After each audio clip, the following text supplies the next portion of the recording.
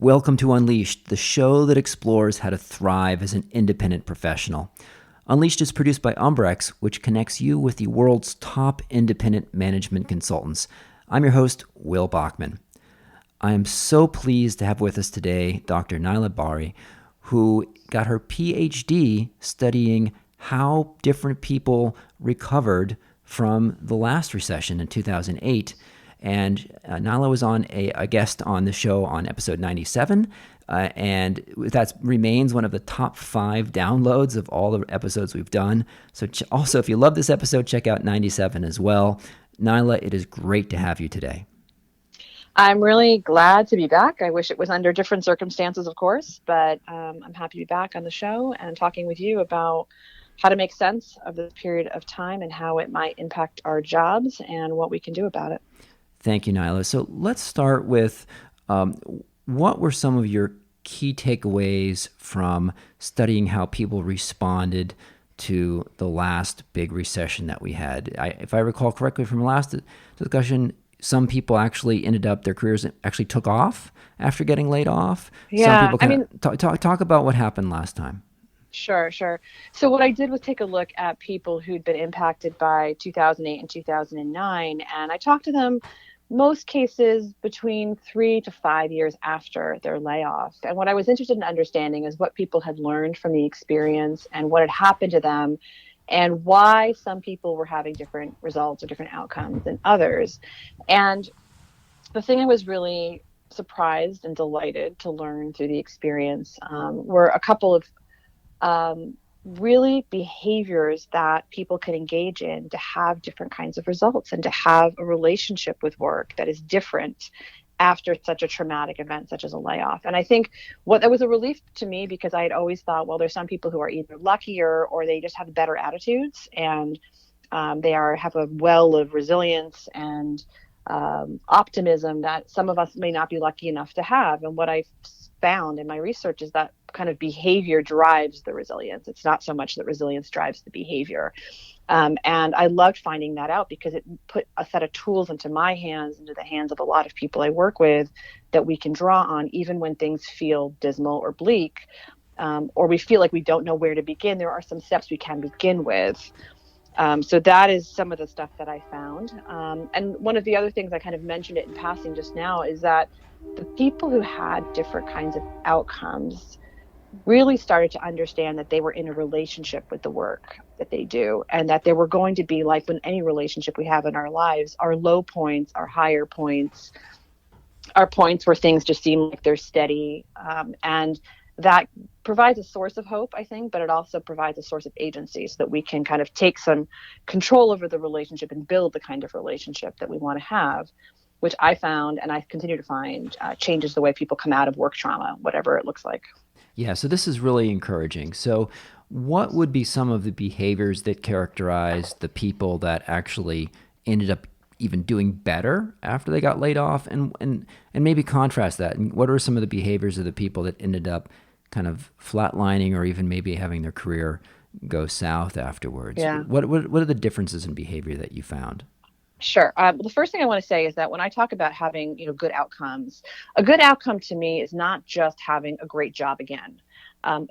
Good outcome to me is having what I call the source of career renewal, or having that sense of agency in the long run. So being able to navigate and build the relationship with work that can handle what, the inevitable ups and downs that are going to happen anyway. If you had asked me when I did the research, I didn't think it would happen again so soon.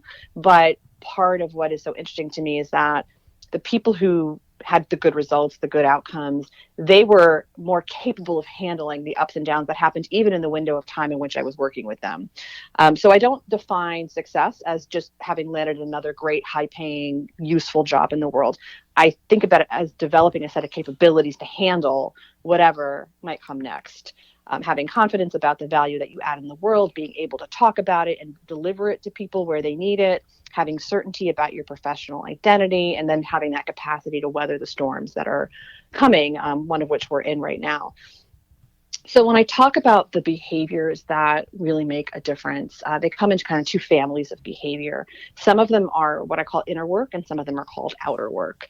And the inner work is stuff that has us really assessing our skills, our talents, our value to the market, has us doing some exploration and some designing of what ideal work is for us, like exploring those desires of the ways in which we want work to integrate into our lives, the kind of work we want to do, the kind of people we want to work with, the kind of impact we want to have on the world. I call that inner work because so much of it does happen internally. It happens, at your dining room table with a pen and paper, or it happens on a long walk where you are kind of going inwards to understand yourself better, to make sense of the history of your work, whether there were good moments or less ideal moments. And it doesn't happen necessarily totally in isolation, but it is work that is thought based, or allowing us to be really in touch with our feelings and our bodies and all the things that are our own instrument to figure out. Then there's a set of behaviors that I call outer work, that has to do with engaging with the marketplace through really strategic networking, understanding where jobs are, what kinds of people are hiring for what kinds of role, and understanding how my skills might match up with what the market demands, testing things out through experimentation. And so people who are having the greatest outcomes are pivoting between that inner and that outer work, and doing what I call data collection, just always getting new data from both their internal source and from the outside world. And what I love about this is that it's a set of behaviors and activities we can engage in even when we're home. Like these days, we're home largely, sitting in front of our laptops or our computers. And I do think there's an opportunity to engage in a number of these behaviors even now. Great. So let's take each of those in turn and make it really practical for me and for listeners. So Sure. let's take inner work. So get it from the real practically. What do you suggest? Like, is it writing in a journal? Do you have some assignments that you would give your clients? Like, is it how do you kind of take just the general idea of thinking and pondering and taking a walk to something very tactical that Actionable. actionable that we can go do this afternoon? Yeah. So, I mean, I will say that I think what makes this moment in time a little bit different than what I looked at 10 years ago is that we're still in it, right? We're still, there's so much we still don't know. So I would say the first type of inner work I would do right now, where I'm prioritizing for myself and for the people I work with, is a really substantial and meaningful form of care for yourself, whatever that means, like trying to eat well and sleep and move your body and do something that you can do to make yourself feel okay in this moment where things are so disrupted. And I say this because I knew this from my research in the past, and I see it now. It's hard when work is impacted. It's hard when work is difficult. It's hard when we feel loss and fear, and those are all really real things. And I would never suggest to just head down and get back to thinking about the future. I think we have to acknowledge what we're going through, and I think we have to take care of ourselves to the degree that we can in the moment. And some of that is by doing this work that you and I are going to talk about, and some of it is by doing really nice things for yourself outside of work, right? So taking a walk with your family if you can, or riding your bike, or whatever can bring you peace of mind, even for a short moment. So that's the first thing I'll say. One of the things I learned in all my research, and that now is a requirement for anyone who does work for me or with me, is this idea of reflection. So when I did my original research, 100% of the people who had good outcomes, meaning this healed relationship with work and the ability to do their work in the world again, were doing a form of reflective practice. For me, and for most people I work with, journaling is the most available tool we have. And I would say a practical thing most people can do today is start by doing a work history of their own in their journal. And in the most basic form, what I'll ask people to do is draw a horizontal line on a piece of paper and put their top work experiences above the line and their most terrible work experiences below the line. And you can sometimes do it in timeline format if that works for most people. And then just start to detail what made the things that made it above the line great. What are the things that made it below the line? What made it terrible? And let's try to look for patterns. Is it about the work you're actually doing it? Is it about the environment in which you're doing it? Is it the people you're with? Is it about resources? we are our first and best data source. And so I say to people all the time, like, you have to really understand your own work history and excavate it for truth and excavate it for patterns and excavate it for insight. You don't need a ton of time to do this. Most of us can do it within an hour or two. It's just a massive data dump. Um, and I find that it is often a source of wisdom that people were not paying attention to, that they haven't really asked themselves, hey, why do I still hold on to the memory of that job from 7 years ago as something that was really great, other than I loved my boss? Like, what is the real meat behind that? So that's one activity I suggest to people. The other thing I say is, like, let's start to think a little bit about the future. And that's hard to do right now because so much is unknown, but I do think it's an opportunity for us to reflect on and to imagine what ideal work would look like for us. Like, what is work worth doing? What is work that you want to spend 40, 50, 60 hours of a week doing? What kind of impact do you want to have? What strengths do you want to use? What problems do you want to solve? Those are two of the activities I like to do with people from the outset. Look back a little bit and let's look forward a little bit. I think, again, a paper and pen is an excellent set of tools. I think a walk with someone you love, whether it's the person who you're at home with, or it's a dear trusted friend on the phone as you're walking, is a great idea. I'm actually having some really powerful conversations on Zoom these days. That's where I would start. Okay, so inner work, and then let's talk about some of the outer work. Mm.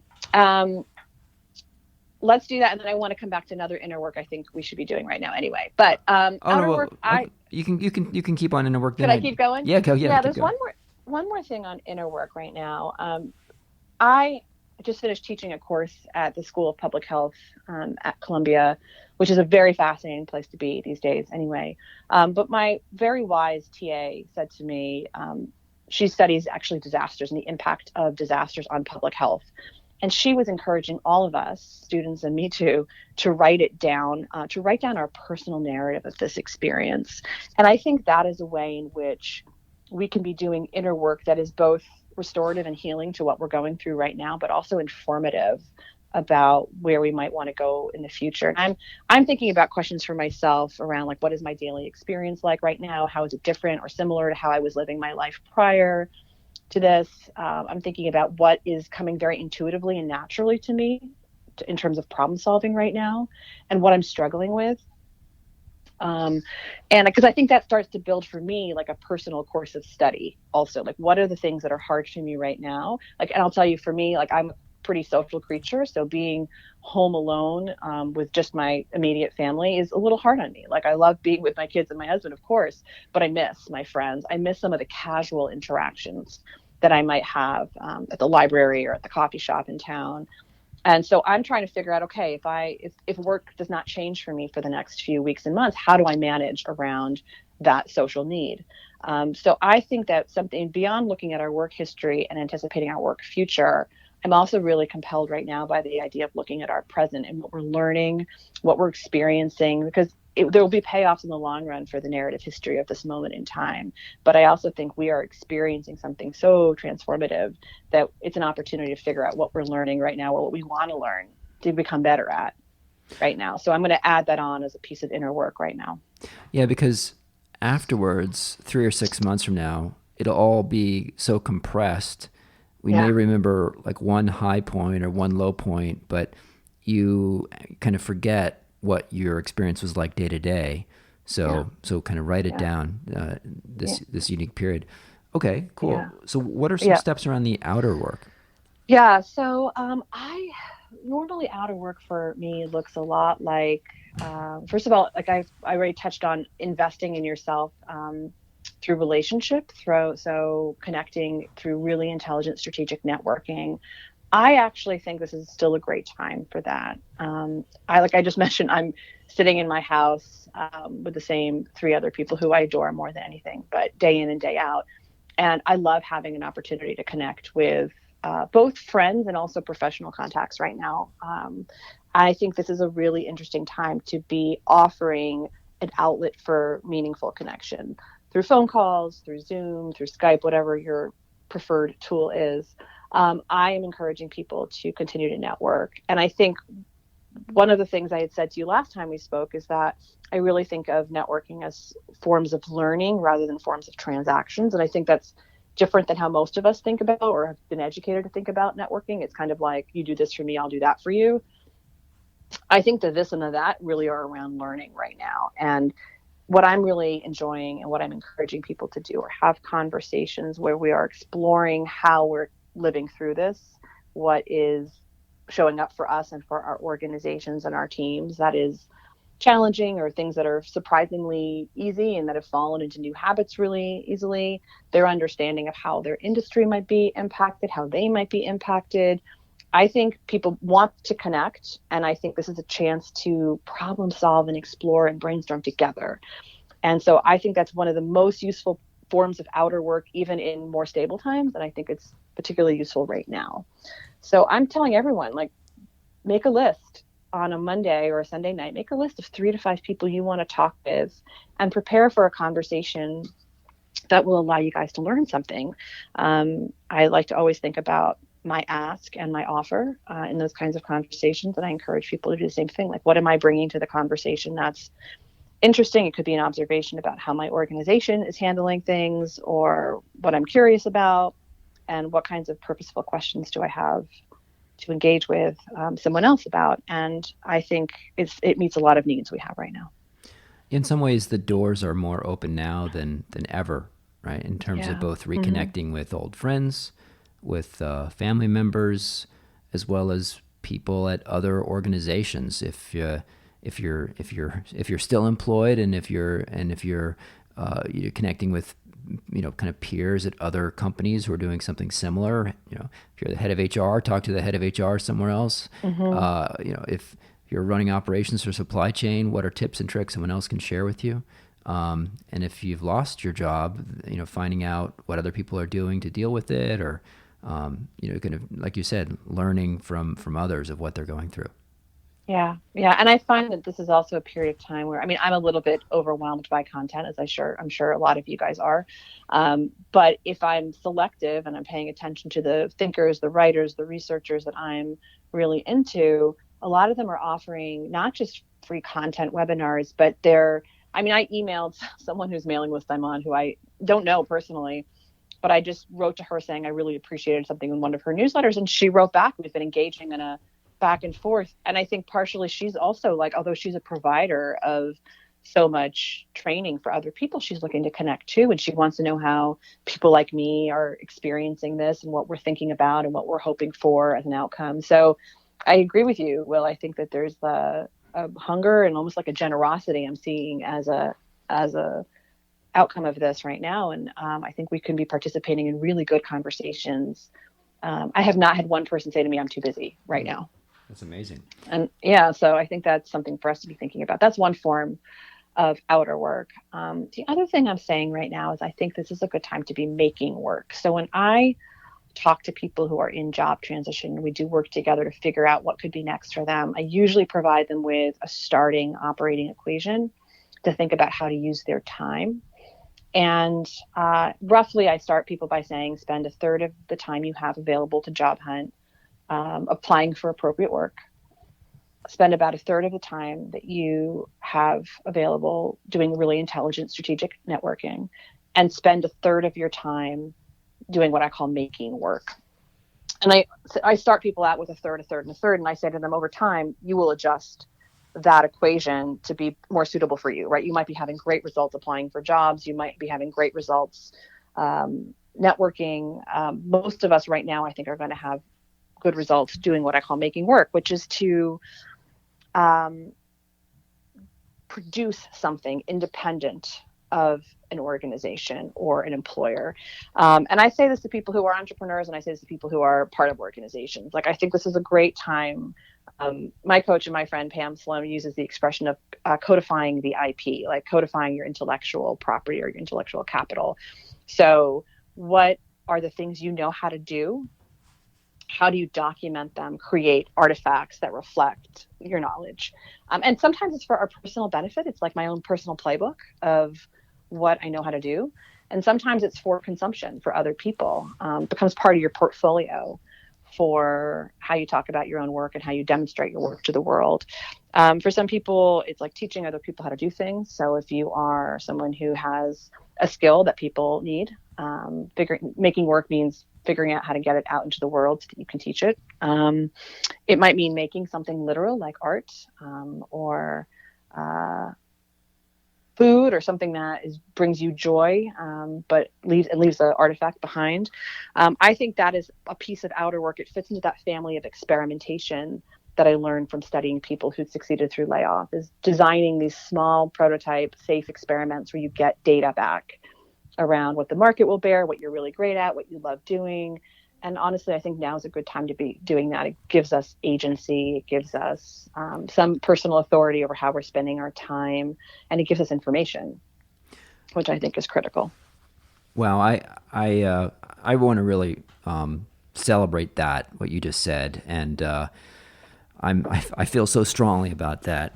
In that, it's, in addition to creating the content, if you're creating content as opposed to some physical thing, it's also such a great way right now to gain some supplementary skill set. Yeah. So and if you are a premium member on LinkedIn Learning is free and has amazing courses on so many different software programs. So, if you're writing, write, great, but then also maybe learn how to produce a Kindle ebook and just go all through the steps of figuring out how to format it and upload it to Kindle and publish it there. Or if you're into video, just with your cell phone, you can actually make Yes. pretty fantastic videos with captions and B-roll and all this. And you can learn how to do that for free, or audio editing, put up a podcast. You can even do it for free on certain platforms. So even if you don't know how to do those things now, it's a great chance to invest in your skills, learn how to, some of these more software for creative professionals, to become a double or triple threat in the future. For Yeah. consultants who also know how to produce video, or also know how to produce audio, or can also do graphic design, it just makes you so much more valuable in the future. Yeah, I think one of my core philosophies that's emerged not just from my own research but from my life in the last few years is this idea of having parallel streams of work, Mm-hmm. right? And I think it's a source of resilience when things are unpredictable, but I also think it's a source of personal thrill just to have different kinds of work, different kinds of things to engage in, different partnerships to produce work in. So when I talk about making work or experimentation, obviously a lot of it is external facing, right? Like getting, you mentioned all these things we can learn on LinkedIn or other platforms. Something I've been really just admiring in the last few weeks is the gyms that I'm a part of, or where I take classes, and how fast they've had to move to, if they want to stay relevant, if they want us to stay as paying members, turn their what's normally an in-person experience into digital learning of its own kind, right? And so turning workouts into things on Facebook Live, or recording workouts, or holding Zoom meetings where we're doing activity together. I think all that is so fascinating, and I'll be really curious to know how some of this sticks beyond this crisis. But I also want to encourage people to think about making work as a personal endeavor. Like, it's not always have to be for consumption or for sale. I think part of, again, this idea of having a course of study, like your own personal curriculum through this, is what do you know how to do, and how do you capture that, so that by the time you are interviewing again, by the time you are talking to people or pitching services, you have created your playbook. You know what you know how to do. How would you imagine your first 30 days back on a new job? How would you want to prioritize your time? I was talking to a colleague of mine. I have one foot pretty firmly in higher ed, and I was talking to one colleague who, the cycle of higher ed is so disrupted right now, but is anticipating when a new class will begin for an orientation program. And she's between jobs right now. I said, okay, let's design the ideal orientation program for the new normal, if we can even anticipate what that might be. But you have 10 years of things to draw on. Create a playbook, create a mock agenda. Like, let's not let ourselves get mentally soft or hopeless. I think it's an opportunity to create. It's hard. Listen, it's easy to just watch CNN right now and fall into the pit that a lot of us are finding. I find myself falling into at 2 a.m. when I can't sleep. But I think the antidote to that is to make work. It's to put your mind to doing something that leans on your strengths and your experience, and that could be useful in the future. Yeah, and if I could build on that just a little bit, Nyla, I think there's a big opportunity. If you know about some content area, that's fantastic. I think it's really therapeutic to make work based on your own internal knowledge. But you could also combine these two things that you've talked about the relationship building and the making work, by making some work that involves interacting with people. So, I you know, love that. I you know, love that. so I mean, that's kind of what I'm trying to do on this show. And so, whether you like audio and you want to interview people and do a podcast, or you don't, you prefer to write and you want to interview people and write blog posts or white papers, or, but so if you know about the chemical industry, right, you could write about the chemical industry from what you know, or you could interview 50 people across the chemical industry and build relationships while you're making work. Yeah, or design a prototype for something in the future. I think that's Exactly. the other thing I saw a lot of in my study, and that I see a lot with my clients who do have great outcomes, is that they're willing to prototype. Create something with a colleague or a new friend or a new colleague, test things out, run sample classes, let's host a webinar, see what happens. A lot of what I learned in my research, and what I think is relevant now, is to really adopt the learner's mindset, that kind of idea that we're all navigating pretty much in a very, very dense fog, if not the dark right now. And so as long as we can be open to experimentation and to, course correction, pivoting when we need to, I think there's a ton of ways to stay motivated and curious and stay relevant in the marketplace by increasing your personal curriculum, and partnering. I think it's a brilliant idea. Will, I love it. What other advice do you have, Nyla, for someone who's now working from home, whether they're still employed, or whether that maybe they've been laid off? But what are some other things that you want to bring up that can help build resilience and increase the chance that you're going to be one of those people who does well after as we recover from this thing? I think we've covered a lot of the activities that I like to engage in. I think, like, the themes that really matter to me, that I hope people pay attention to, is that there is not such a distinction between, I mean, I talk about the idea of a relationship with work. I also talk about the idea that work is the place in which we express a lot of our humanity and the people who we are or are becoming. Um, and I do that because we spend more time at work than we do anywhere else. But I think what that is an invitation to do is to think about your whole life and growing yourself, your capacity to handle setback, your capacity to be resourceful, your capacity to connect and be of service, and to ask for what you need in all domains of your life. So it's not the curriculum I would have designed for myself, of course, but I think in this period of time, not only am I learning how to build and exercise the muscles of professional resilience, I'm also learning how to exercise and build the muscles of personal resilience. So I encourage all of us to be thinking about how work intersects with our lives and how we want it to intersect with our lives, and to think about it as one unit that we are healing and working towards. So that's a theme that's really important to me. And that's, we exercise that through investing in ourselves outside of work, in terms of connection, which are not strictly professional. Like, even if you are meeting someone on Zoom for the first time to talk about a professional project, I think there's plenty of room to engage personally and to connect personally and to offer yourself as a source of strength, personally right now. That's one thing I would say. And the other thing is just to not discount the value of the quiet moment with your thoughts. It's easy to run from that, I think, right now, but we're all a source of great wisdom, most of the time, and this has the capacity to build our wisdom if we're paying attention and capturing the thoughts that we have. And some of it's very, very small, right? Like, again, I think one of the things we should be writing down right now is how life feels different and the same from how it felt a month ago. I don't know what the outcomes of that is going to be, but I think it's important to write it down. At the minimum, for our children's sake. I want my kids to understand what life is like right now, was like a month ago, might be like in the future. I have teenagers at home, and of course they're experiencing it, but they don't have the 40 something years of life to compare this to.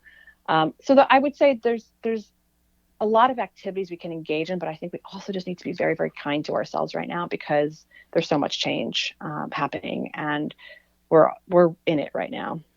that's where I might stop. Nyla, tell us a little bit about your current practice and what you're doing professionally right now. I think you're coaching folks. I Just tell us a am. little bit about your firm. Yeah, so I have what I call a portfolio of work. I do, uh, I would say, three primary activities. The first is I teach and facilitate. So I teach at the graduate school level, and I do a fair amount of corporate teaching or facilitation. So this might be like leadership development work, manager capability building, in a classroom, your standard, now a virtual classroom, as I'm learning more about. Um, that I do a piece of work around that. I do some consulting, largely in higher education or other nonprofits, or companies who want to grow their human capital capacity. So again, manager development, thinking about performance, those types of things, HR related. And then I do a lot of coaching, executive coaching within companies, and also a personal coaching for people who are in career transition or looking for greater outcomes and meaning from their work. So those are like the families of work right now. I mean, I've been fortunate. A lot of my work's continuing. I'm learning how to teach online. Um, I'm doing a lot of my coaching remotely, which has all been fine. I'm also doing a little more writing these days, trying to get some of these ideas out there. So I'm publishing a little bit on Medium and on LinkedIn. And I'm launching a podcast. I took some guidance from you about a year ago, Will. And my friend Eric Johnson and I are launching a podcast later this month. It's called Inside Job, and it is about work. It's about how we relate to work and how work can work for us or work against us, and how powerful we are to have some agency over how we experience work. So that'll be available on all of your major platforms around April 15th. And that is such a fantastic name for a career podcast. Thank you. We're Inside really Job. excited. That is that is We thought so it was pretty funny too. So yeah, we're excited. that is awesome. Awesome. Inside Job. All right. So I'm going to be so psyched to listen to that. Thank you. Nyla, people can obviously will be able to find Inside Job on iTunes, Spotify, Overcast, Stitcher, and all the platforms. Where can people go to find you online? You can give a Twitter, website, email, Yeah. whatever you like. Thank you for asking. I'm at naylabahri.com, naylabahri.com. It's the same handle I use for everything. Sometimes it's Dr. Nayla Bahri, but it's always my name. I have a newsletter. It's not obnoxious. It doesn't come out that frequently. It's usually pretty useful. I try to post all my stuff on there if I'm on a podcast or if I'm doing some writing. But that's the best way to stay in touch with me. And I am thinking these days about how I can be of service.